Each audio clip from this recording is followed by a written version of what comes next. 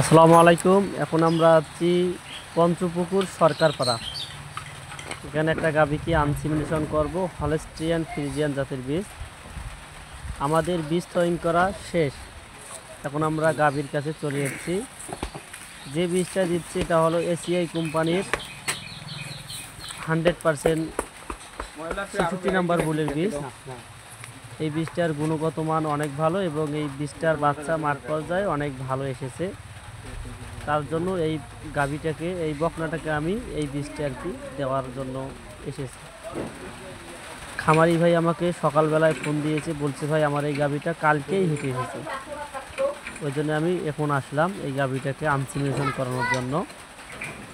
তবে গাভীটা দেখতে বেশ উঁচলম্বা ভালো আছে, প্রথম বকনা বোঝা যাচ্ছে না এবং হুষ্টপুষ্ট আছে। তার জন্য আমি এই গাভীটাকে 100% বীজ দেওয়া আর কি অলরেডি দিলাম।